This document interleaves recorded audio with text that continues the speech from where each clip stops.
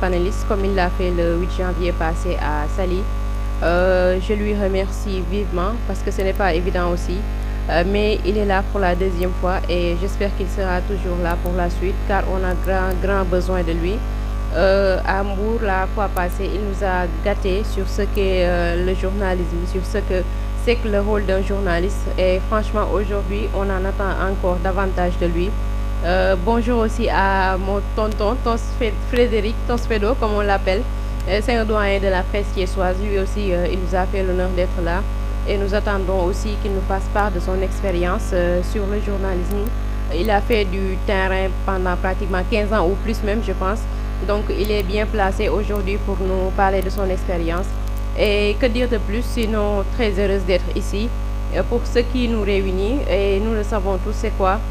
C'est le journalisme, c'est faire avancer le journalisme. C'est aujourd'hui montrer la voie à nos jeunes frères qui sont là, de les mettre en face des défis qui les attendent sur le terrain, parce que c'est bien beau aussi de se prétendre être journaliste, d'apprendre les cours, mais si on ne va pas sur le terrain, on ne pourra jamais connaître les réalités. Et c'est le combat du collectif des journalistes sortant des écoles privées. Et Inch'Allah, j'espère que vous tous vous ressortirez ici la tête pleine d'idées sur ce qui vous attend sur le métier du journalisme qui est votre passion. Merci. Merci Madame Gueye Rokhaya Ndiaye. Voilà, merci, c'est la secrétaire générale du collectif qui fait un travail exceptionnel, hein. Trésorière, autant pour moi. Alors, M. Dibniom Ndiaye, ce n'est pas la peine que vous vous présentez, vous l'avez déjà fait. Moi non plus, moi c'est Papa Amadou Gueye, j'espère que ce n'est pas la peine de me présenter aussi. Alors, c'est Papa Amadou Gueye, journaliste communicant. Je suis le chargé de com du président, M. Dibniom Ndiaye. Voilà, je suis le chargé de com du collectif COGEP. Donc, un collectif qui réunit des journalistes sortant des écoles privées. On a ajouté du Sénégal. Donc, c'est bien à préciser. Collectif des journalistes sortant des écoles privées du Sénégal. Donc, c'est un plaisir aussi. Nous avions, comme l'a dit la trésorière, nous avions tenu un panel le 8 janvier à Hambourg et on a eu une parfaite réussite. Donc, on félicite tous les membres qui étaient là, qui étaient présents, parce que nous avions des membres qui sont un peu partout dans les régions. Ici au Sénégal, Ziguinchor, Louga, Thiès, n'importe quelle région, nous avions des membres qui étaient présents, donc merci vivement. Aujourd'hui, c'est notre deuxième rencontre. Donc, merci aux étudiants qui sont venus ici, ceux du campus de Thiès, mais aussi qui nous viennent de Dakar. Merci encore une fois. Donc, j'espère que... Je ne sais pas comment ça va. Actuellement, il est sur le terrain avec nous. Donc, il faut qu'il y ait cette motivation et cette abnégation-là. Alors, je voudrais aussi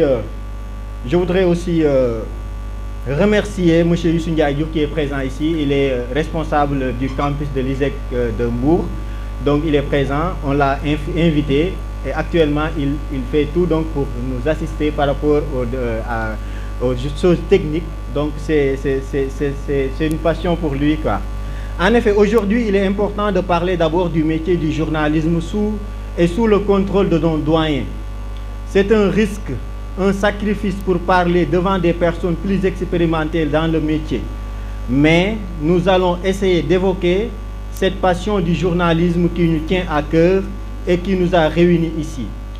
Mais n'attendez-vous pas à ce que je suis à la traduire les leçons inaugurales de nos doyens. Certes, vous m'appelez doyen parce que je refuse tout le temps qu'on m'appelle doyen, parce qu'on les appelle les personnes en âge canonique. C'est des personnes qui ont âge avancé. Les troisième âge, si vous m'appelez doyen, ça veut dire que je suis en troisième âge. Alors que je ne suis pas en troisième âge, je suis en deuxième âge parce que je viens de me... Voilà quoi, le reste on va essayer de comprendre. Donc, un nom réservé aux personnes âgées canoniques. Aujourd'hui, je me rabaisse devant eux comme un talibé et son marabout parce qu'ils sont ils nous ont devancés dans le métier. Donc, je serai leur talibé aujourd'hui et vous-même, vous serez des talibés. Avec un langage ésotérique, aux accents savants, avec un discours devant servir aux étudiants à effacer certaines difficultés, des lacunes dans ce métier. Il me faut juste rappeler brièvement et essayer de camper la conception et le rôle moderne du journalisme. Informer, juste et vrai. Informer, juste et vrai. C'est un slogan qui prône l'éthique et la déontologie. 3 idées méritent de commentaires après que je décris la situation telle que m'apparaît pertinente. Et je vais citer les 3 idées que vous pouvez noter si vous voulez. Première idée, les anciens ont l'éthique, une conception multiforme sur la qualité et la pratique du journalisme qui nourrit les autres intellectuels passionnés du métier. C'est la première idée.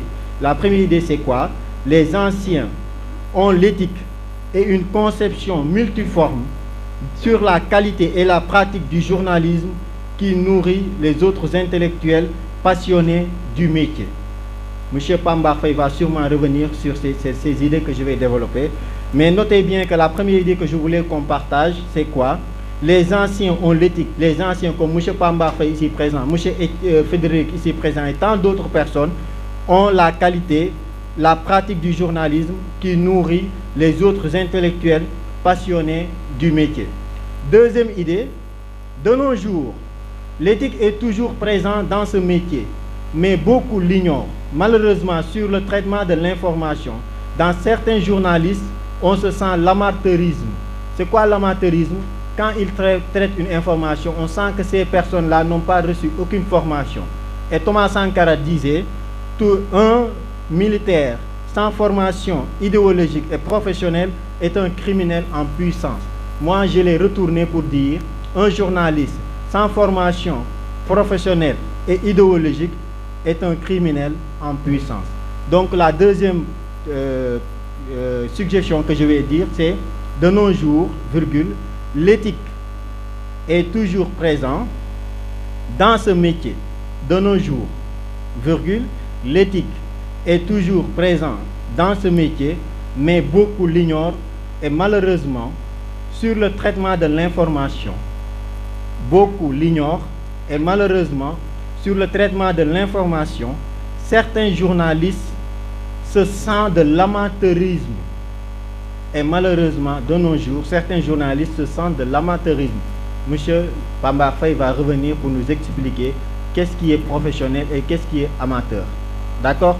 Et en troisièmement, l'éthique et la déontologie doivent être adoptées et appliquées à tout journaliste désirant de marquer son empreinte dans ce métier. L'éthique et la déontologie doivent être adaptées et appliquées à tout journaliste désirant de marquer son empreinte dans ce métier. Ce sont les 3 commentaires que je voudrais qu'on va réfléchir tout au long donc de cet atelier. 3. Donc l'éthique et la déontologie doivent être adaptées et appliquées à tout journaliste désirant de marquer son empreinte dans ce métier. Ceci donc qui va suivre, c'est un conseil et je voudrais que vous tous vous essayez de les noter et de les pratiquer parce que ça va vous servir si vous sortez dans cette salle de les appliquer. Il ne faut pas dire que je l'ai noté et j'ai oublié ça. Non, je vous invite tous, les membres qui sont présents, les participants, les membres du COJEP, les journalistes, à noter ces choses-là parce que c'est les bases du métier, ce sont les b.a.-ba du métier. Et j'insiste encore, si je vous rencontre sur le terrain, je vous demanderai ces mots parce que je les réfléchi toute une nuit pour l'écrire et je veux partager ça avec vous pour que vous l'appliquiez sur le terrain. Premièrement, respecter la vérité et le droit que le public a de la connaître constitue le premier devoir du journaliste.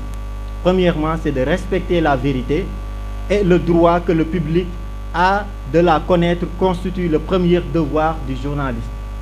Deuxièmement,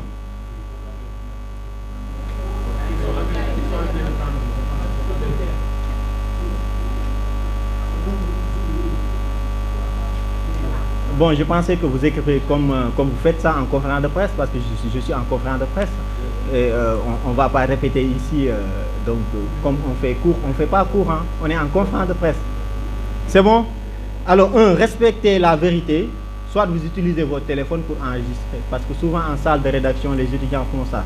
Les stagiaires, quand je leur donne un sujet, je dis, demain vous faites un reportage, il me dit, monsieur, attendez. Ils prennent le téléphone, ils m'enregistrent. Après sortir, ils vont essayer d'écouter ce que j'ai dit. Je les ai dit, il ne faut pas que vos audios là sortent de votre téléphone, de garder les copies dans salle. Donc, si vous pouvez enregistrer aussi, c'est mieux. Parce qu'on n'aura pas le temps donc de prendre, parce que c'est beaucoup, donc c'est quelque chose que j'ai préparé. Donc, respecter la vérité et le droit que le public a de la connaître constitue le premier droit du journaliste. Ça veut dire quoi? le journaliste doit respecter la vérité. Il ne faut pas exagérer. Il ne faut pas faire des articles dithyrambiques. C'est quoi un article dithyrambique? C'est un article où il y a des éloges. Par exemple, je veux faire des éloges de M. Frédéric, ou bien je veux faire des éloges de M. Pape Amadou Gueye. Je fais un article sur lui, après il va me donner quelque chose. Ça, ce n'est pas le rôle du journaliste. Donc c'est pourquoi je dis qu'il faut respecter la vérité, le droit que le public en a de connaître. Le public a droit à l'information. Donc toute personne qui est sénégalais ici et que vous êtes journaliste ici, le public a droit à l'information. Il faut que ça soit clair. Donc ce qui constitue donc le devoir du journaliste. On parle de droit et de devoir. Qu'est-ce que le journaliste doit avoir comme devoir? C'est de donner la bonne information et d'informer le public en tant que. Deuxièmement, conformément à ce devoir, le journaliste défendra en tout temps les principes de liberté, d'honnêteté dans la collecte et la publication de l'information et du droit à commencer à critiquer sans intention de nuire. C'est très important. Je répète, deuxièmement, conformément à ce devoir, le journaliste défendra en tout temps, conformément à ce devoir, le journaliste défendra en tout temps les principes de liberté,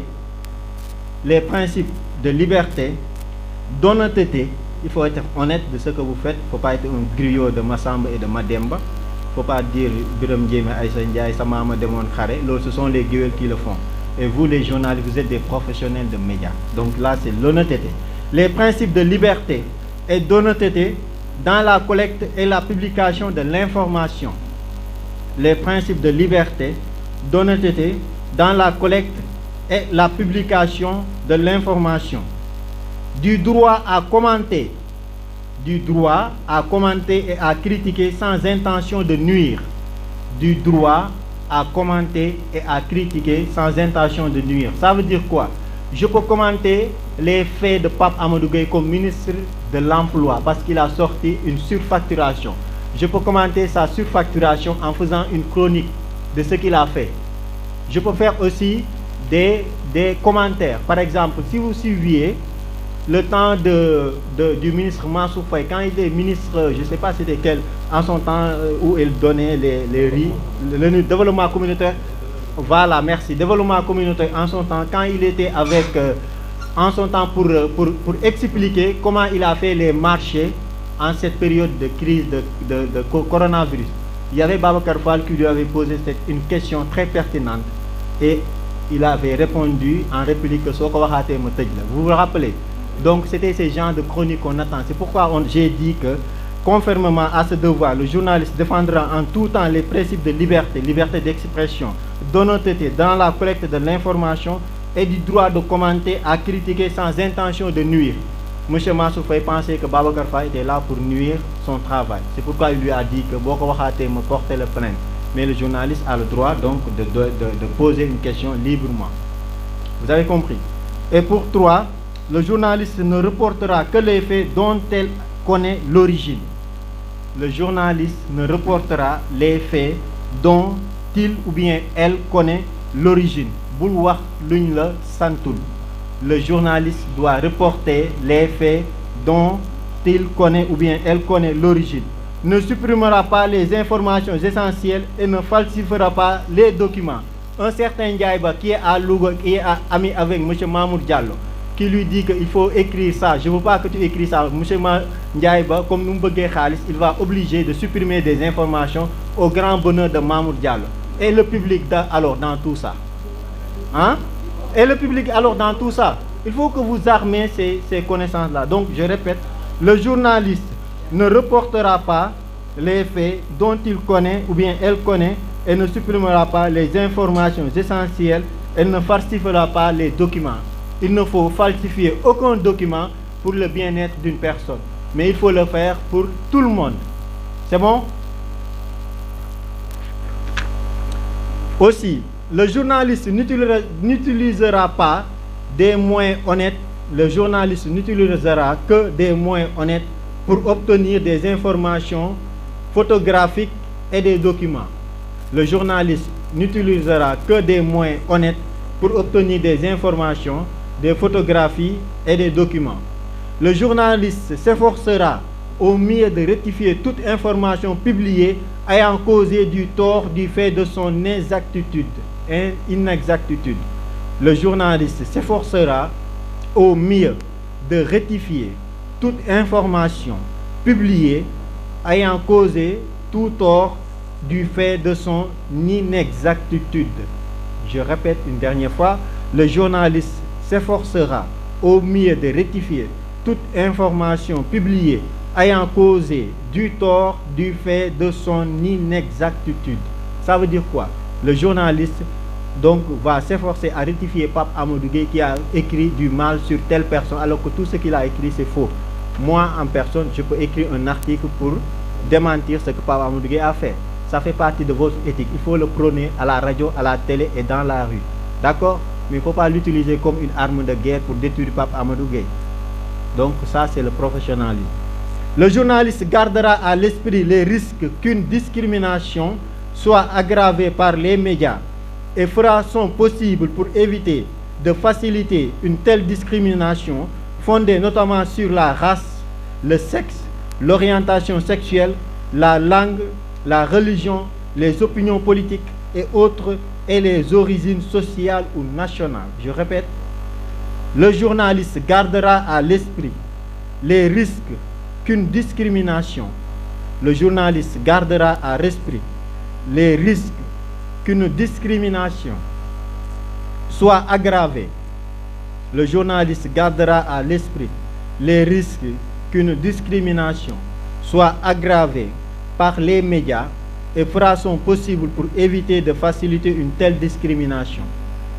Le journaliste gardera à l'esprit les risques qu'une discrimination soit aggravée par les médias et fera son possible pour éviter de faciliter une telle discrimination fondée notamment sur la race, le sexe, l'orientation sexuelle, la langue, la religion, les opinions publiques, les autres et les origines sociales ou nationales. C'est bon? Pourquoi j'ai dit ça? Parce que vous avez vu pour les orientations de discrimination fondées sur la religion. Récemment, un imam de la place a été sur le plateau de Walfadjri. Donc, il avait dénigré donc, une communauté. C'est la communauté religieuse chrétienne. Donc, le journaliste ne doit pas donner une opportunité à une personne de troubler une cohésion sociale. Là, c'est très important. Si la personne est en train de parler, si c'est en direct, vous lui coupez la parole. C'est pourquoi ces émissions directes sont risquées. Si c'est enregistré, c'est le journaliste a l'obligation de le supprimer, cette partie-là. Parce qu'il faut équilibrer l'information et de le traiter d'une manière ou d'une autre pour qu'il n'y aura pas d'appartenance religieuse. D'accord? Donc c'est pourquoi j'ai dit que le journaliste gardera à l'esprit les risques qu'une discrimination soit aggravée par les médias et fera son possible, soit pour éviter de faciliter une telle discrimination fondée notamment sur la race, le sexe, l'orientation sexuelle, la langue, la religion, les opinions publiques et autres, les origines nationales ou sociales. Le journaliste considérera comme faute professionnelle et grave. Il faut noter les fautes professionnelles et graves dans le métier que vous n'allez pas répéter sur le terrain. C'est des fautes qu'on ne pardonne pas.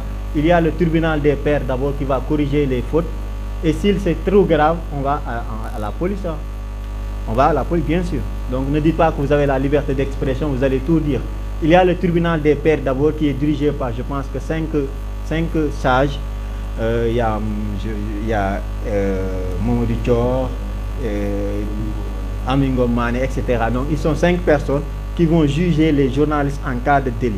Donc il faut éviter ces délits professionnels. Le plagiat, c'est quoi le plagiat? Le plagiat, c'est de copier textuellement ce que Pape Amadou Gueye a fait comme un article sans citer et sans aussi ajouter quelque chose. Donc ça, c'est une faute professionnelle. Pape Amadou Gueye a fait un reportage sur le séminaire. Vous étiez chez vous en train de dormir. Vous recopiez textuellement ce que Pape Amadou Gueye a écrit et vous signez Aminata Ly. C'est honteux ça, c'est pas bon. Ça, on l'appelle le plagiat. Aminata Ly n'était pas sur place, elle était chez Badjano, Après, elle a recopié textuellement ce que Pape Amadou Gueye a fait. Là, ce qu'on appelle le plagiat. Et je vais vous raconter une petite histoire, anecdote que j'en ai fait. C'était une personne qui travaillait sur le sport et qui dirigeait un site internet de la place. Je ne vais pas citer parce que vous avez Google, mais c'était un site internet très reconnu au niveau international. Et ce gars, il payait par article.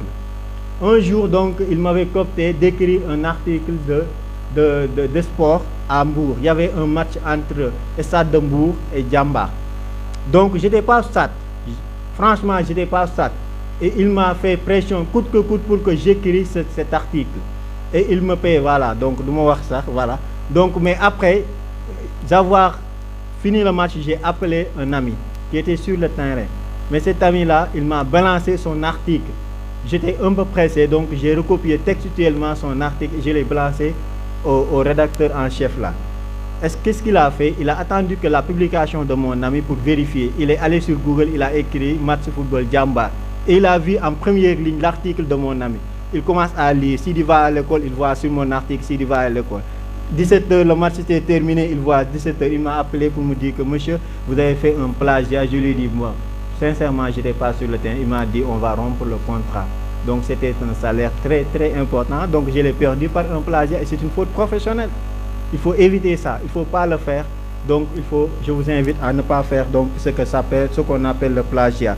Il y a la distorsion malveillante. Donc la distorsion malveillante. Oui, la distorsion malveillante, ça fait partie donc des fautes. Je vais accélérer parce que M. Pambafe va parler. Il y a la calomnie, distorsion malveillante, la calomnie, la médisance, la diffamation, la calomnie, il y a la médisance, il y a la diffamation, les accusations sans fondement. Je répète, la distorsion malveillante, la calomnie, la médisance, la diffamation, les accusations sans fondement. La distorsion malveillante, la calomnie, la médisance, la diffamation, les accusations sans fondement. L'acceptation d'une quelconque gratification liée à la publication d'une information. L'acceptation, c'est l'exemple que j'ai donné pour Ndiaïba de Mahmoud Diallo. L'acceptation d'une quelconque gratification liée à la publication d'une information. L'acceptation d'une quelconque gratification liée à la publication d'une information. Et enfin, c'est bon, tout journaliste digne de ce nom, se fait un devoir d'observer strictement les principes énoncés ci-dessus dans le cadre général de la législation de chaque pays. Le journaliste n'acceptera en matière professionnelle que la juridiction de ses pairs à l'exécution de toute ingérence gouvernementale ou autre. Tout journaliste digne de ce nom, se fait un devoir d'observer strictement les principes énoncés ci-dessus dans le cadre général de la législation de chaque pays. Le journaliste n'acceptera en matière professionnelle que la juridiction de ses pairs à l'exécution de toute ingérence gouvernementale ou autre. Mesdames, Messieurs, chers étudiants, chers panélistes, permettez-moi donc de finir par vous rappeler l'objectif donc de ce COJEP. S'il y a des membres qui sont présents ici, vous pouvez nous rejoindre. Si vous êtes en licence ou bien vous venez d'avoir votre diplôme, donc c'est un collectif qui regroupe des journalistes sortant des écoles privées et qui a l'objectif donc de raffermir les liens entre journalistes, d'aider nos confrères à intégrer des rédactions, de signer des partenariats avec des écoles privées, d'aider aussi ceux qui sont en début de carrière d'avoir des notions générales donc, sur le journalisme. Je ne saurais terminer sans remercier toutes ces personnes qui se sont donné la main pour la réussite de cet atelier. Il y a donc des personnes qui étaient cooptées pour être le comité de pilotage. Tout le monde en a participé, hein. Tous les membres du COJEP ont participé à cet atelier, mais il y a des exceptions que j'ai délégué des personnes et qui ont réussi pour le moment. Je ne sais pas si 14 heures il y aura des failles, et je le dirai. Donc, Il y a à ma droite Rokhaya Ndiaye, Madame Gueye, la trésorière, sous vos applaudissements. Elle a fait un travail remarquable. Il y a Mademoiselle Maguette Gueye, elle est là en vert, donc elle a fait un travail remarquable. Pape Amadou Gueye, donc chargé de communication, pas Mouché Ndiaye, mais du COGEP. Donc lui aussi, il a coordonné les activités, sous vos applaudissements. Et il y a aussi des gens qui l'ont accompagné. Il y a Fatkine Boy qui est là, il y a Adja Aminata Faye. Et si j'ai oublié, donc vous m'excusez, parce que ce sont des personnes-là qui ont coopté. Mamadou Ndiaye qui vient de Louga, tout le temps il me rappelle ça, je viens de Louga. Donc il a quitté Louga pour venir ici, merci pour ses efforts. Il y a aussi Maman Keita qui a quitté Dakar pour venir. Donc c'est Maman, vous êtes en train de vous rattraper, hein, parce que vous étiez absente lors du premier panel. Il y a Doudou Niang qui est là et qui nous a fait l'honneur de nous accompagner avec Tivaouane Actu. Voilà, il est en train de se rattraper aussi. Je lui ai dit tout à l'heure que si vous étiez absent, j'allais me déplacer jusqu'à Tivaouane pour vous dire 2 mots et de retourner. Donc ça vaut la peine. Aujourd'hui, donc il s'est sacrifié pour venir. Merci Doudou, donc pour tout ce que vous avez fait pour nous. Alors, c'était ça. Donc je voudrais aussi donner une mention particulière à M. Pambar Faye, journaliste du quotidien Le Témoin ici présent, qui nous a fait l'honneur d'animer ce panel pour une deuxième fois avec une telle pression, parce que je lui ai dit à 24 heures, la première fois c'était comme ça. Aujourd'hui, donc, il s'est donné un engagement, une détermination. Ce sont les qualités avérées que je connais sur lui, une personne reconnaissante, une personne qui sait agir autant. Merci M. Pambar Faye pour l'honneur. Merci aussi pour... Et une fierté renouvelée pour moi d'assister encore à ce panel organisé par cette association qui regroupe des journalistes sortants d'écoles privées. Alors c'est important d'abord pour moi de faire cette précision-là, des journalistes sortis d'écoles privées. Alors puisque l'histoire nous a révélé qu'au Sénégal, auparavant, il n'y avait qu'une seule école qui formait des journalistes. C'était une école publique, c'était le CESTI. Hormis cela, les journalistes étaient soit formés sur le tas ou bien formés à l'étranger. Alors moi qui vous parle, en me présentant au CESTI en 1994, je ne savais pas qu'il y avait une école publique de journalisme au Sénégal. Vous voyez. Mais avec le temps, il faut dire que maintenant, peut-être plus de la moitié des journalistes sont sortis des écoles privées. Il y a eu d'abord l'ISIC, ensuite l'ISEC, Etika, etc., et les écoles ont foisonné. Et il faut reconnaître que le secteur privé participe considérablement justement à la formation du personnel de la presse. Ce ne sont pas les journalistes seulement qui sont formés, il y a les techniciens aussi. Et c'est important. Alors cela étant dit, je retourne en tout cas, je voudrais en tout cas m'associer vraiment à tous ces remerciements qui ont été formulés tout à l'heure par ceux qui m'ont précédé au micro. Alors je les fais miens. Peut-être que Djibi m'avait demandé de me présenter, je l'avais fait la dernière fois, je vous l'ai dit. Peut-être je ne suis pas connu tellement. Pour ceux qui n'étaient pas là, alors je suis journaliste formé au CESTI, hein, mais pas avec une formation complète, je voulais préciser. J'ai fait une seule année, j'étais de la 25e promo. Pour ceux qui ne le savent pas, c'était en 1995, j'étais de la même promotion que certains Alassane Samba Diop, Yoro Dia, Issa Touré, Alassane Cissé de la télévision nationale, Aboubakri Ba, hein, journaliste sportif, etc. Alors j'ai dû décrocher pour aller faire autre chose, mais je suis dans le métier quand même. Depuis 2006, je suis correspondant, depuis lors à Hambourg. Et moi, quand je parle, c'est à ma qualité de quelqu'un d'expérimenté. N'est-ce pas? Alors je voudrais tout simplement partager mon expérience avec vous. Ce n'est pas des connaissances, mais c'est une expérience. Effectivement, depuis quand on est dans un métier, depuis 26 ans maintenant, il est sûr qu'on est expérimenté. Alors, et c'est vraiment en tout cas la motivation de mon intervention de ce matin. Alors ceci étant dit, moi, à ce que j'ai compris, il m'avait été demandé de faire une communication sur les missions et les responsabilités des journalistes, n'est-ce pas?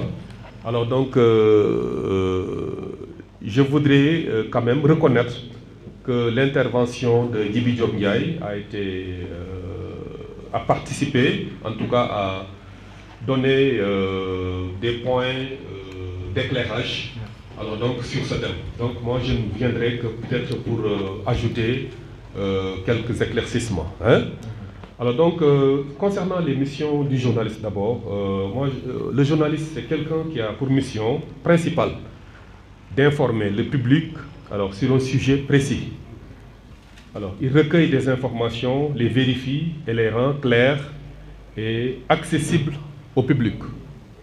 Alors, donc, le citoyen étant déjà passé du statut de récepteur à celui d'émetteur, a désormais son moyen d'expression et de création certifié par un journaliste professionnel, donnant une légitimité journalistique à sa perception particulière de l'actualité. Et j'en arrive donc au droit à l'information. Le droit à l'information, à la libre expression et à la critique est une des libertés fondamentales de tout être humain. Ce droit du citoyen, du public, alors, de connaître les faits et opinions procède l'ensemble des devoirs et des droits des journalistes. Il précède, autant pour moi, précède l'ensemble des droits et des journalistes. Donc autant dire que, autant le journaliste a des droits, autant le public aussi a un droit à l'information, une information juste et équilibrée surtout. Parce que c'est ça, c'est les deux fondements de l'information. L'information doit être juste et équilibrée. C'est ça. Donc le journaliste, par essence, c'est un professionnel de l'information qui recherche, écrit et diffuse des nouvelles. Donc les journalistes réalisent des articles et reportages pour les quotidiens, journaux et revues, n'est-ce pas, sur papier, n'est-ce pas, et en ligne, mais produisent également des reportages pour la radio et pour la télévision.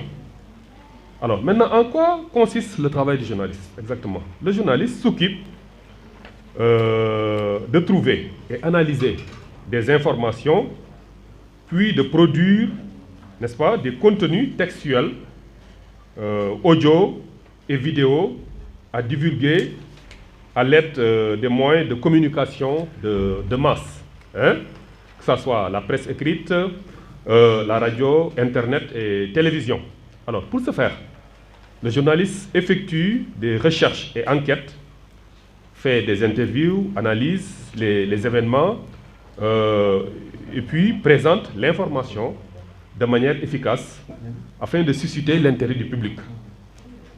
Alors, il a pour objectif de produire des contenus d'information ou des faits divers originaux, fiables et intéressants, n'est-ce pas, au titre captivant au public sur les moyens de communication de masse et sur les réseaux sociaux, ou à transmettre des informations radio, au journal télévisé et dans d'autres émissions de radio et de télé. Alors, lorsqu'il produit l'information, ce journaliste donc doit raconter les faits de manière claire, n'est-ce pas, en toute foi, dans le respect de la vérité substantielle. C'est important. Cela recoupe ce que j'avais dit tout à l'heure. Hein?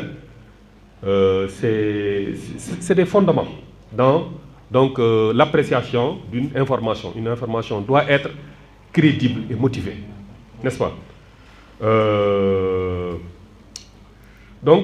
Il doit rapporter donc les faits de manière claire et de toute foi, et de bonne foi, dans le respect de la vérité substantielle des faits observés et de l'éthique professionnelle, en veillant à ne pas divulguer de fake news, surtout. Donc les fake news, c'est vrai que c'est à ce moment-ci que l'on en parle de plus en plus sur les réseaux sociaux, mais ça a toujours été une réalité. N'est-ce pas? L'information, avec les enjeux, on a de tout temps assisté à des parts de manipulation. Et si vous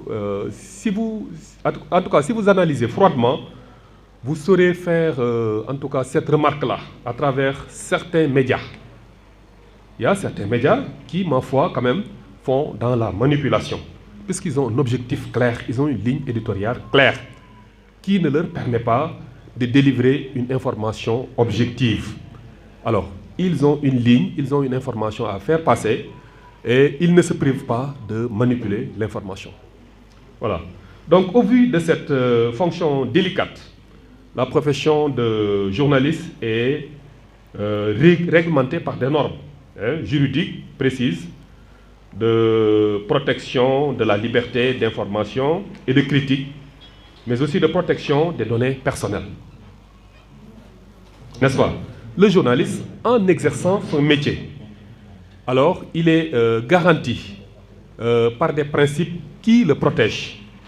N'est-ce pas? Lui, en tant qu'acteur, on ne doit pas faire ceci. À un journaliste, on ne doit pas faire cela à un journaliste. Le journaliste, quand il vient, il présente sa carte de presse, l'accès à certains lieux doit lui être facilité. L'accès à certains documents doit lui être facilité. L'accès à certains titres doit être facilité. Mais autant, en retour, le journaliste a l'obligation de protéger la vie privée des citoyens. N'est-ce pas? Et on l'a brossé tout à l'heure. Le correct est en train de veiller à ce principe-là, de respect de la vie privée. Il y a aussi une instance étatique. Je ne sais pas, l'instance que dirige Mme Awandiaï, je ne sais pas, commission des données personnelles, le journaliste ne doit pas divulguer des données personnelles à caractère sensible, sans l'autorisation, par exemple, du concerné. Et ça, parfois aussi, certains de nos confrères l'ignorent. Le journaliste même est tenu à protéger certains aspects, n'est-ce pas, de la vie du citoyen. Mais par exemple, vous traitez d'un enfant talibé qui a été torturé, mais vous avez l'obligation de flouter son visage si c'est à la télévision. Vous avez l'obligation de flouter, en tout cas, ses propos si c'est à la radio. Mais malheureusement, parfois, on se prive, en tout cas, de toutes ces précautions-là. Et ce sont des enfreintes graves à l'exercice du métier. Voilà. Une culture générale, solide, et indispensable, en tout cas, pour la pratique du métier. Et il est bon qu'on insiste sur cela. Mais le journaliste, c'est quelqu'un qui est censé connaître un peu de tout. Cela nous renvoie donc à la notion de culture générale. Le journaliste doit pouvoir savoir quelque chose de tout. En tout cas, pour le concours d'entrée au CESTI, je ne connais pas, bon, pour les autres écoles, il n'y a pas de concours d'entrée. Mais pour le CESTI, la culture générale, elle est fondamentale. Il y a une épreuve de culture générale, aussi bien à l'épreuve de sélection qu'à l'épreuve définitive d'admission. Et c'est noté, coefficient 2 ou même coefficient 3. Et si vous réussissez bien à ces deux épreuves, vous êtes presque sûr de passer. Parce qu'effectivement, le journaliste doit pouvoir connaître quelque chose de tout, avant même sa spécialisation. Mais si je veux me spécialiser dans le sport aujourd'hui, mais il est indispensable qu'au moins que j'aie un background en matière sportive. N'est-ce pas? Que je connaisse des choses en matière de sport avant de pouvoir vouloir évoluer dans cette sphère-là. N'est-ce pas? Je ne peux pas être journaliste sportif et méconnaître, par exemple, les lois du football. Et méconnaître même l'organisation même du football au Sénégal et même au niveau mondial. C'est un pari risqué. Donc le journaliste, effectivement, il doit s'armer de culture générale. Et malheureusement, peut-être tel n'est plus le cas de nos jours. C'est vrai qu'à ce niveau aussi, les écoles de formation ont un peu failli. Puisque c'est même un module qui est enseigné dans certaines écoles de journalisme, pour l'exemple du CESTI que je connais. Je ne sais pas si tel est le cas pour les autres écoles, mais en tout cas, le constat sur le terrain, c'est qu'il y a faillite à ce niveau-là. Et c'est indispensable. Mais quelle que soit, en tout cas, sa volonté, son abnégation pour faire ce métier-là, si on pêche à ce niveau, on va continuer de traîner des lacunes. Et il est important, et ce n'est pas encore tard. On a une arme importante aujourd'hui, en tout cas, un moyen efficace de combler ces lacunes-là, c'est Internet. Il faut aller y puiser. C'est un champ inépuisable. Avant l'avènement d'Internet, pour nous, c'était la lecture. Et il y a des gens comme moi, qui, je vous le dis, j'ai cette paresse intellectuelle-là. Peut-être j'ai une culture générale, peut-être innée, je ne sais pas. En tout cas, j'avais ce don, je le sais, j'ai été un produit de génie en herbe, et n'était pas génie en herbe, n'importe qui, vous voyez. Donc, mais aujourd'hui, avec Internet, avec ses potentialités énormes, n'est-ce pas, inépuisables, qu'offre, en tout cas, ce médium-là, il est important de s'y ressourcer le plus souvent. Ça pourrait aider à combler, en tout cas, ces déficits-là, pour un journaliste qui se veut respectable. Voilà. Donc, ceci étant dit, j'en viens aux responsabilités. Le journaliste, il a une mission, mais aussi il a des responsabilités. Comme vous voyez, parce que c'est un métier qui engage beaucoup de facteurs à la fois.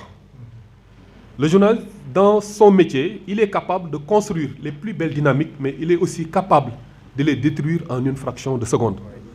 Vous voyez? Donc le journaliste, c'est quelqu'un qui doit s'armer de responsabilités encore, éthique, morale et déontologique à la fois. Bien, la responsabilité sociale donc du journaliste est comme socle de processus de production de l'information. Donc la mission d'information du citoyen propre au journaliste qui a servi d'élément structurant à sa constitution en tant que profession. Alors cependant, cette responsabilité sociale souffre d'un défaut majeur laissé à l'appréciation des journalistes. Elle n'est ni prescrite ni construite. Elle n'est donc opposable à personne. Vous voyez? Donc souvent, la responsabilité du journaliste n'est pas, en tout cas, n'est pas bien élaborée. Ce n'est pas une responsabilité codifiée, comme on dit, pour dire que le journaliste doit s'arrêter là, doit faire ça, doit éviter ça. C'est au journaliste lui-même de se forger cette propre éthique. C'est ça l'éthique. Le journaliste doit se dire que moi, mais je suis un acteur important de la construction nationale et même de la marche du monde. Donc, en dehors de ce qu'on m'a appris à l'école, je dois me forger cette éthique propre-là. Le journaliste, mais c'est quelqu'un qui construit. Mais quand quelqu'un construit, c'est comme un maçon, il doit pouvoir s'armer de garantir, d'une autocensure même. Vous voyez?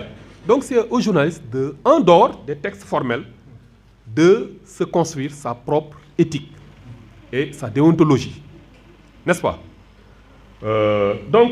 Censé garantir la liberté d'informer, alors cet état de fait empêche en contrepartie d'assurer la qualité et le caractère responsable de l'information.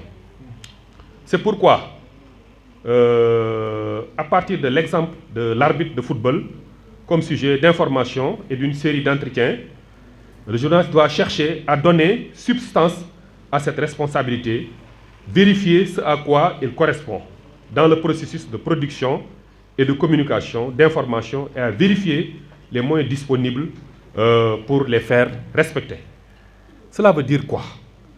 Le journaliste, dans son travail de tous les jours, je dis bien dans son travail de tous les jours, alors doit se rappeler à tout moment que tout ce qu'il produit, puisque aussi le journaliste c'est quelqu'un qui produit, on collecte, n'est-ce pas, on produit et on diffuse, n'est-ce pas? Notre travail souvent il est destiné au grand public, mais le grand public, ce qu'on lui donne, il doit pouvoir être comestible, pour parler plus banalement, n'est-ce pas?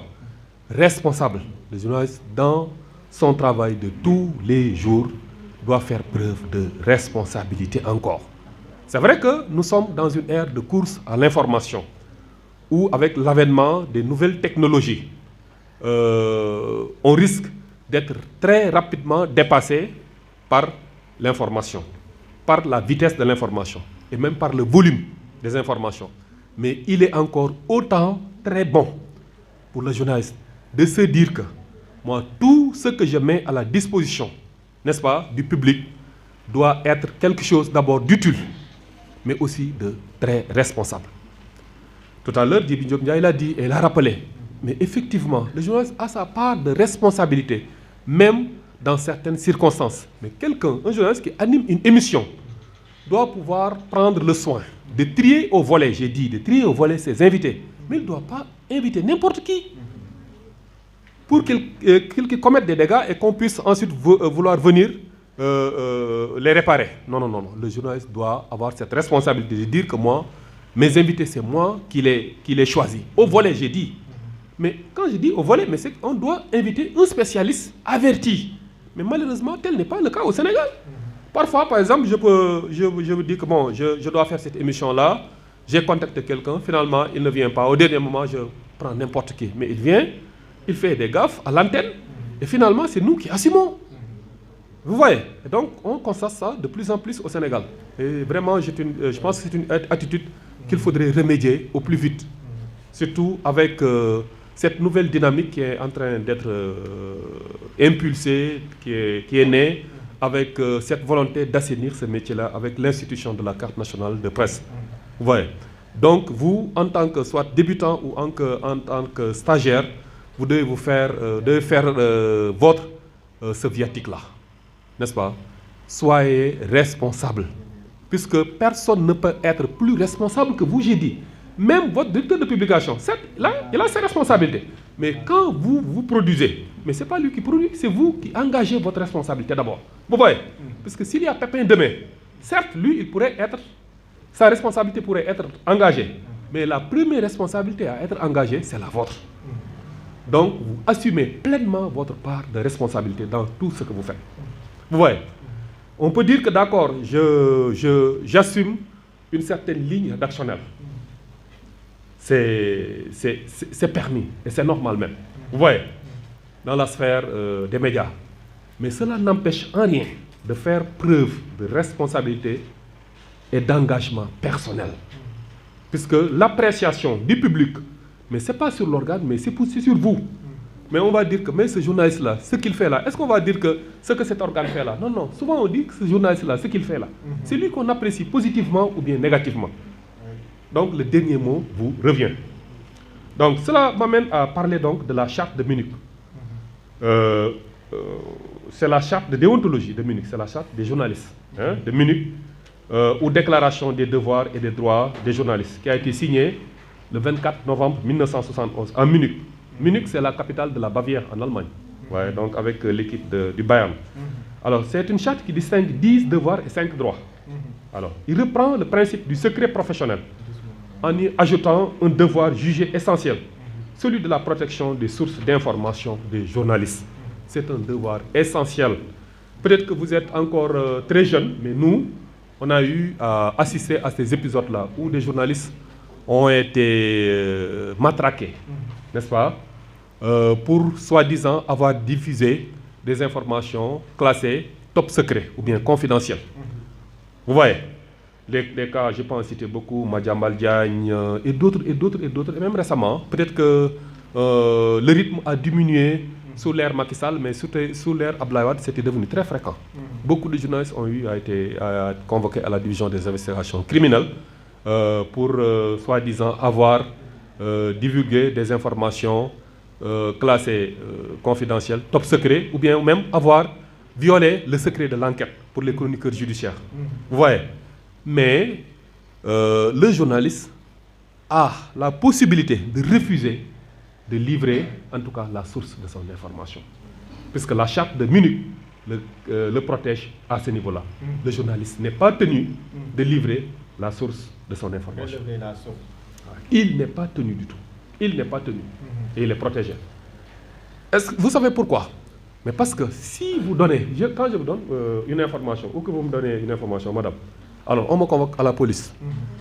Qui vous a donné cette information? J'ai dit madame telle. Mais prochainement, madame telle ne va plus me donner cette information. C'est ça. Et le journaliste, justement, a besoin de sources souvent pour pouvoir faire correctement son travail. OK? Voilà. Donc, la charte donc, est adoptée par les syndicats de journalistes des pays du marché commun en son temps, réunis à Munich le 24 novembre 1971, qui votent à l'unanimité la déclaration des droits et devoirs des journalistes. Donc, les syndicats de journalistes de Suisse et d'Autriche avaient participé à la réunion et voté également la charte. Finalement, cette charte a été adoptée par la Fédération internationale des journalistes, FIJ. Vous aurez l'occasion peut-être de le connaître. Il y a une fédération internationale des journalistes, comme il y a une fédération internationale de football. Hein? Les journalistes se réunissent à une fédération internationale, n'est-ce pas, qui prend en charge la défense de leurs intérêts moraux et professionnels, qui édicte, n'est-ce pas, fait des recommandations sur la pratique, n'est-ce pas, apprécie, fait des notes sur l'évolution du secteur pays par pays, n'est-ce pas, qui participe à la formation des journalistes et à la consolidation de l'état de droit, à l'approfondissement, en tout cas, du rôle de la presse dans les États, ce qu'on appelle donc la Fédération des journalistes, Fédération internationale des journalistes. Elle avait son pendant dans les pays communistes, qui s'appelait l'Organisation internationale des journalistes. Donc, parmi les devoirs, il y a un article, l'article 5, que je cite. S'obliger à respecter la vie privée des personnes. Souvent invoqué de pair avec l'article 4, qui demande ne pas user de méthodes déloyales pour obtenir des informations, des photographies et des documents, n'est-ce pas? Le terme déloyal étant rendu plus fort lorsque notre article, n'est-ce pas, est venu s'y ajouter. Voilà donc, chers panélistes, n'est-ce pas, chers confrères, un aperçu global de ma communication de ce matin. Alors, pour le reste, vous êtes journaliste. Je vous l'ai dit, Internet offre une niche incroyable de connaissances à l'heure actuelle. Vous pouvez, sur les aspects que j'ai développés et sur tant bien d'autres, qui vont pouvoir participer considérablement à votre formation et à votre pratique, n'est-ce pas, aller sur Internet. Puisque je ne détiens pas quand même le monopole de la connaissance. C'est quelques bribes que j'ai tenu à partager avec vous pour vous ouvrir peut-être l'esprit et vous orienter vers les recherches que vous ferez et la pratique de terrain qui vont renforcer en tout cas vos positions et vos connaissances pour la pratique de ce si noble métier. Je vous remercie encore de votre aimable attention. Mais il ne faut pas privilégier le perdant que vous allez récupérer là-bas, ou bien, excusez-moi, ou bien l'argent qu'on va vous donner pour vous récompenser. Il faut être professionnel. Faites le travail et attendez d'abord ce qui va suivre. Mais vous allez sur le terrain, vous pensez tout votre temps aux 15 000 qu'on vous donne pour régler le problème de vos petites copines, des trucs là, ça c'est dépassé, ce n'est pas le professionnalisme. Essayez donc d'être professionnel dans ce que vous faites. Il dit que le journaliste doit vérifier les moyens disponibles. Le journaliste doit vérifier les moyens disponibles. C'est très important. Votre rédaction vous donne les moyens d'aller sur le terrain. Il n'y a pas de moyens en radio, c'est votre téléphone que vous utilisez pour aller prendre des informations. Mais les moyens, c'est quoi? Les moyens, c'est que il faut que vous écoutez M. Ndiaïba. Il faut que vous m'écoutez là. Hein? Les moyens, c'est quoi? Ce sont les éléments que vous allez trouver sur le terrain. En radio, qu'est-ce qu'on vous apprend? C'est d'abord la collecte. La collecte. Ensuite, le traitement. Ensuite, la diffusion. Donc là, ce sont des moyens. S'il n'y a pas moyens matériels, il y a des moyens techniques. C'est quoi la collecte? Il faut une très bonne collecte. Les 3C, collecte. Ensuite, bon, les 3C, c'est pour clair, court et concis. Mais pour la collecte, il faut avoir des informations sur le terrain. Les moyens, on commence par la collecte. Il y a le traitement. Quand vous êtes venu en salle de rédaction ou bien vous êtes chez vous pour essayer de traiter l'information, quel est l'angle d'attaque que je vais commencer? Il ne faut pas prendre l'angle d'attaque de Pape Amadou Gueye ou bien de Abdourahmane Diallo de RFM ou bien de Fatih Dieng de TFM. Non, non, votre propre angle d'attaque. Je vous demande encore une fois sur le terrain, la deuxième chose qu'il faut faire, quel est l'angle d'attaque? Je vais traiter cette information et qui m'est propre. C'est ça qu'il a dit tout à l'heure par rapport aux moyens. Il a dit que le journaliste doit sa part dans le traitement de l'information. Quand vous traitez une information, il ne faut pas ranger sur un côté. Non, il faut faire ce qu'on appelle l'équilibre. L'équilibre de l'information. Hein? Il y a le politicien Ndiaïba qui a attaqué le politicien Pape Amadou Gueye. Pape Amadou Gueye a droit à une réponse. Même s'il ne vous dit pas, vous l'appelez pour lui dire Ndiaïba vous a attaqué, qu'est-ce que vous répondez? Ce n'est pas une histoire de Diakhassé et de Fumistéré, mais c'est de l'équilibre de l'information. Lolo, ça fait partie des règles de base. Si quelqu'un qui est dans cette salle ne le pratique pas, il n'est pas journaliste. Pratiquez l'équilibre de l'information. N'attendez pas que Pape Amadou Gueye vous donne 100 000 francs pour répondre non. Ça, c'est la corruption et c'est une faute lourde. Privilégiez ce qu'on appelle l'équilibre de l'information pour que le journaliste ait un professionnalisme dans ce qu'il fait. C'est ça qu'on appelle l'équilibre de l'information. Il a dit que le dernier mot revient aux journalistes. Mais c'est le quatrième pouvoir, comme l'a dit Rokhaya tout à l'heure. Le quatrième pouvoir ne peut pas dire que vous avez vous maîtrisez toutes les lignes de ce pays. Il faut que vous travaillez professionnellement. Donc si vous vous avez un mot à dire, dites-le d'une manière professionnelle. Il a dit que donc, la charte donc, de l'Allemagne, le secret professionnel. Moi, je vais dire la vie privée. Les Sénégalais aiment trop les faits divers. Il faut que vous ayez professionnel de ce que vous faites. Moi, quand je vois un site de la place sur YouTube, ils font leur revue. Moi, je ne sais pas c'est quel genre de journaliste. Après, ils font des revues en Wolof. Ils disent que on a vu Youssou Ndour, je vais parler Wolof parce qu'ils le font en Wolof.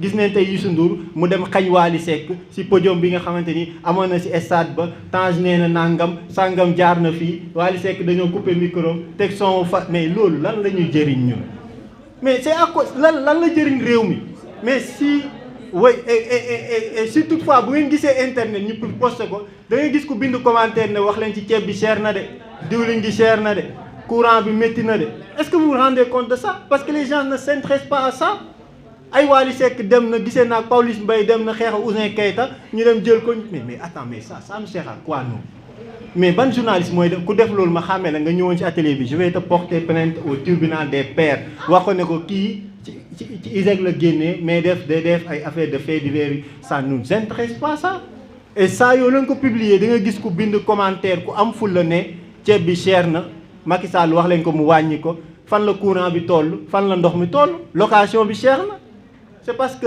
faits divers yi moo sonal suñu réew mi nous sommes en retard Wally Seck dafa fa bañoon a wéy ci concert mais loolu après ñun lan lañ ci am mais lan lañ ci am qu'est-ce qu'on nous gagnons si Wally Seck n'a pas chanté ah nday ndax xeex ak naa kii nii tey wala kii génn na tey gis nañ ko mu ànd ak faram Pape Amadou Gueye doxantu na guddi ci benn boîte de mais ça nous intéresse pas c'est sa vie privée mais c'est ça Pape Amadou Gueye a droit de porter plainte à ce journaliste pour divulgation de la vie privée et si vous faites la licence 2 en journalisme il y a le cours qu'on appelle droit de la presse et de la communication et c'est ce droit de la presse et de la communication qui donne le journaliste le privilège de garder ce que c'est le secret professionnel kii moom dafa baax rek wax secret d'état mais man duma wax secret d'état parce que damay wax yu ñàkk fayda yi xew ci YouTube yi loolu moo ëpp doole secret d'état professionnel yi ñoo koy xam ay ñoom Pape Alé Niang ay ñoom les autres journalistes ñoo koy xam sax ñu leen ciy tooñ mais ñii dañuy génn fii léegi bind benn yu ñàkk fayda dem dugal ko ci seen site ça nous intéresse pas alors je vais finir par ce qu'il a dit par rapport à la Fédération internationale des journalistes. Nous, on a notre carte de presse nationale et dorénavant, allez vous inscrire sur la carte de presse nationale. Il y a un lien. Oui, donc cartepressenationale.sn. Dem leen ngeen inscrire, allez vous inscrire là-bas. Il faut un diplôme ou bien une attestation. Il vous faut aussi une photocopie carte d'identité, un extrait de naissance, une demande manuscrite adressé au directeur président du CORED. Lu ngeen ci soxla je peux vous aider à avoir ces documents là donc dem leen ngeen wuti ji carte presse si vous êtes en L2 nag bu leen ko gaaw wut parce que il faut la licence parce que quand je faisais un TD avec des journalistes quelqu'un m'a appelé monsieur Ndiaye les journalistes vous attendent mais vous n'êtes pas encore journaliste de bu leen jël. Il n'a pas posé de questions il est revenu donc sur le sens de la responsabilité. Astou Sow alors me demande si est-ce qu'on peut exercer donc ce métier de journaliste sans passion. Astou alors moi je pense que dans la vie on ne peut rien faire sans passion évidemment même sàcc sax suy sàcc foog mu boole ci passion amul passion du ko mën dëgg donc on ne peut pas exercer vraiment ce métier là vraiment sans la passion parce qu'il faut le dire aussi surtout la période de vache maigre là que nous vivons où personne ne s'y méprend, vraiment il faut le dire, la presse sénégalaise c'est pas encore la période des vaches laitières, hein? C'est encore la période des vaches maigres par une organisation, etc. Un environnement en tout cas qui ne favorise pas le plein épanouissement des journalistes. Si on n'est pas armé de passion, on ne pourrait pas exercer ce métier-là une année entièrement. Voilà. Donc c'est encore une invite à se réarmer, en tout cas de passion. Le métier même, en soi, il est très passionnant, puisqu'il permet de faire, de découvrir beaucoup de choses, d'apprendre beaucoup de choses, de connaître beaucoup de choses. Donc c'est un métier en soi, très passionnant, qui demande aussi passion pour pouvoir l'exercer avec la fascination et en tout cas qui ici. Alors donc, cher Sow, Alors, elle a dit, que pensez-vous donc des étudiants orientés en journalisme par l'État? Astou, moi je pense que ça c'est une option. On a éclairé, il y a eu des éléments d'éclairage tout à l'heure. Comment s'appelle Dibi? Cette filière-là qu'on a ouverte dans les universités, communication digitale, mais ça regroupe le journalisme, non? Ça regroupe le journalisme. Amadou Gueye témoigné, nous à Bourg, on a reçu dans notre radio des étudiants qui viennent du lycée de Thiès. Mais en soi, ils pratiquent du journalisme, hein? En tout cas, c'est ça. Donc c'est la même chose. C'est la même chose. Oui. Moi, Oui. exemple, Oui. moi je suis un prestataire à la maison de la presse. Oui. Mais j'ai fait la communication digitale. Voilà. Je gère les plateformes digitales. Voilà, donc c'est ça quoi. Ce sont les appellations qui diffèrent. Mais en réalité, c'est le journalisme moderne, c'est ça. C'est le journalisme moderne. Donc c'est la communication digitale. Puisque de plus en plus, donc, les supports de la communication se tournent, ce sont donc les supports digitaux. Donc quand on vous apprend, quand on vous outille en communication digitale, c'est d'une autre manière, vous outillez dans les nouveaux métiers du journalisme. Donc, Cheikh Sow qui demande comment on apprécie donc l'attitude de Poutine qui a coupé tous les canaux de communication, dont Internet en Russie. Moi, je pense que quand même, ce n'est pas une attitude responsable. Hein? Ce n'est pas une attitude responsable. Quelle que soit donc la situation, le peuple a besoin, a le droit d'être informé. Aujourd'hui, si on coupe Internet, n'est-ce pas, c'est ôter, n'est-ce pas, au peuple cette liberté d'information. Quand on sait que maintenant, un flux important d'informations est véhiculé via Internet, on n'a pas le droit, sous aucun prétexte, j'ai dit, de couper Internet. Alors, s'agissant, parlant de censure, c'est vous qui le dites. Vous faites allusion à une certaine censure. Alors, moi là, je ne pourrais pas être affirmatif, n'est-ce pas?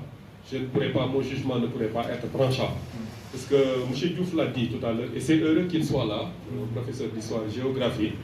Alors, il maîtrise peut-être, je ne dis pas qu'il maîtrise plus que moi les enjeux internationaux, mais quand même, il est indiqué pour vous expliquer alors donc les tenants et aboutissants des relations internationales. Moi-même qui vous parle, j'ai fait un cours sur les relations internationales et ma pratique au quotidien alors m'autorise, me permet en tout cas de pouvoir émettre des jugements objectifs à ce niveau.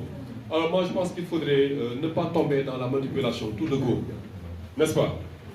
Pour revenir encore à cette question-là, il faudrait remonter à vos cours de relations internationales et comprendre les relations conflictuelles qui ont toujours présidé entre donc, le bloc communiste et le bloc capitaliste.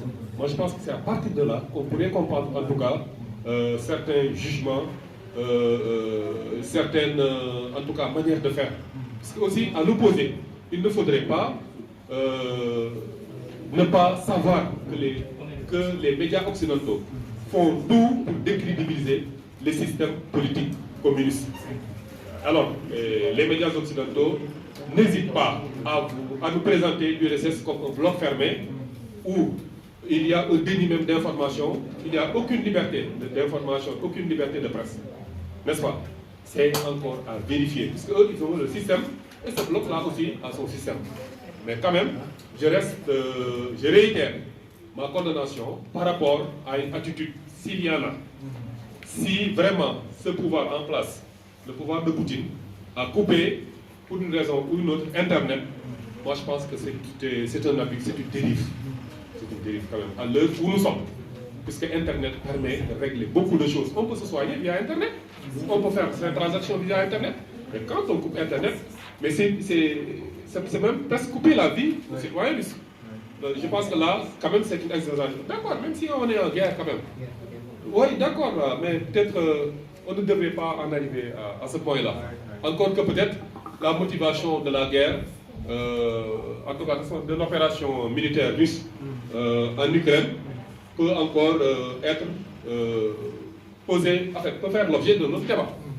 Même si, alors, les raisons d'un bloc à l'autre peuvent différer, quand même. Alors, l'autre question, c'est Gaïba, qui me demande de lui donner mon appréciation sur l'attitude des journalistes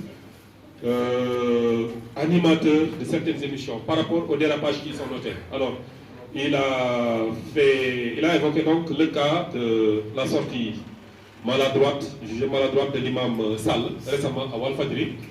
Je l'ai dit tout à l'heure dans mon intervention, le journaliste, c'est lui qui a la responsabilité de choisir ses invités. Même son directeur de publication ne doit pas lui dire invite quelqu'un. C'est lui qui gère son émission. Donc c'est lui qui doit inviter, qui doit donc inviter, excusez-moi de la répétition, c'est lui qui doit choisir ses invités en toute responsabilité. N'est-ce pas? C'est lui donc qui devra prendre compte en définitive. Alors si on en est arrivé là, je pense que l'émission c'est un direct. Oui, bien. Oui. Moi je ne l'ai pas. Donc l'attitude la plus responsable, n'est-ce pas, en direct, c'est de lui retirer le micro, c'est de lui couper la parole. C'est ça. S'il ne le fait pas, il a été fautif. Et je pense que même, ils l'ont reconnu. Ils ont reconnu leur faute, leur responsabilité dans cette dérive-là. Donc, Abdoulaye Diouf, il a fait une intervention très pertinente quand même. Vraiment, ça montre son niveau de culture. Effectivement, je fais mienne vraiment toutes ces remarques. Toutes mes remarques chez Diouf, je les fais miennes. C'est important pour un journaliste d'avoir de la culture générale. En plus d'améliorer son bagage, son corpus linguistique, etc. pour pouvoir faire un travail de qualité. Et ma foi, quand même, ce sont deux aspects qui sont de plus en plus négligés aujourd'hui au Sénégal. Et je pense qu'il faudrait y remédier le plus vite possible. Bien. Alors, Fatou Ndiaye, pourquoi donc, il a dit, pourquoi le métier de journaliste ne peut s'exercer seul? Je pense que Djibi Ndiaye a répondu à cette question. Donc, c'est ça. Point 6, donc, la posture du journaliste sur le choix des invités. Je pense, hein? C'est la même préoccupation qui a été formulée donc, par Ndiaye. Donc, Kamou Ndiaye, les risques qu'attendent les femmes, c'est comment? Ah, Tamou, d'accord. Les risques auxquels les femmes journalistes peuvent s'exposer dans la pratique quotidienne du métier. Tamou, certes, le journaliste est un métier fascinant, passionnant, mais c'est un métier aussi très risqué. Je l'avais dit en gros, aucune information n'est neutre. Aucune information n'est neutre. Elle peut s'avérer neutre pour vous qui en traitez, pour vous qui émettez cela, n'est-ce pas? Mais elle ne peut pas s'avérer, elle pourrait ne pas s'avérer neutre pour le récepteur. Vous voyez, toute information que vous divulguez, elle peut arranger quelqu'un, elle peut déranger un autre. Dès cet instant, le journaliste vit dans une spirale de peur, même, n'est-ce pas, de risque. C'est un métier très risqué, je vous l'ai dit.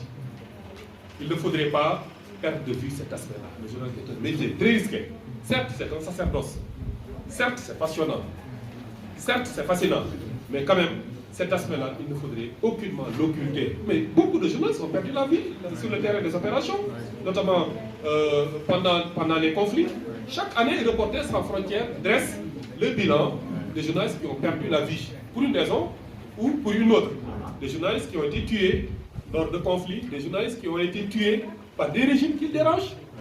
Et ça, on le constate de plus en plus, surtout en Afrique. Beaucoup de journalistes ont été... Je peux vous donner le cas de Daïda Aïdara, qui a été tué en Gambie. Mais c'est le régime qui est indexé. Dans d'autres pays, en RDC, peut-être on ne constate pas au Sénégal. Quand même, on a cette chance-là. Peut-être que de ne pas voir des journalistes tués ici, dans les sites de leur fonction. Au Sénégal, certes, ils ont été à plusieurs fois embastillés, mais pas pour des peines lourdes. Et quand même, depuis l'avènement du président Macky Sall, on n'a pas vu quand même un journaliste emprisonné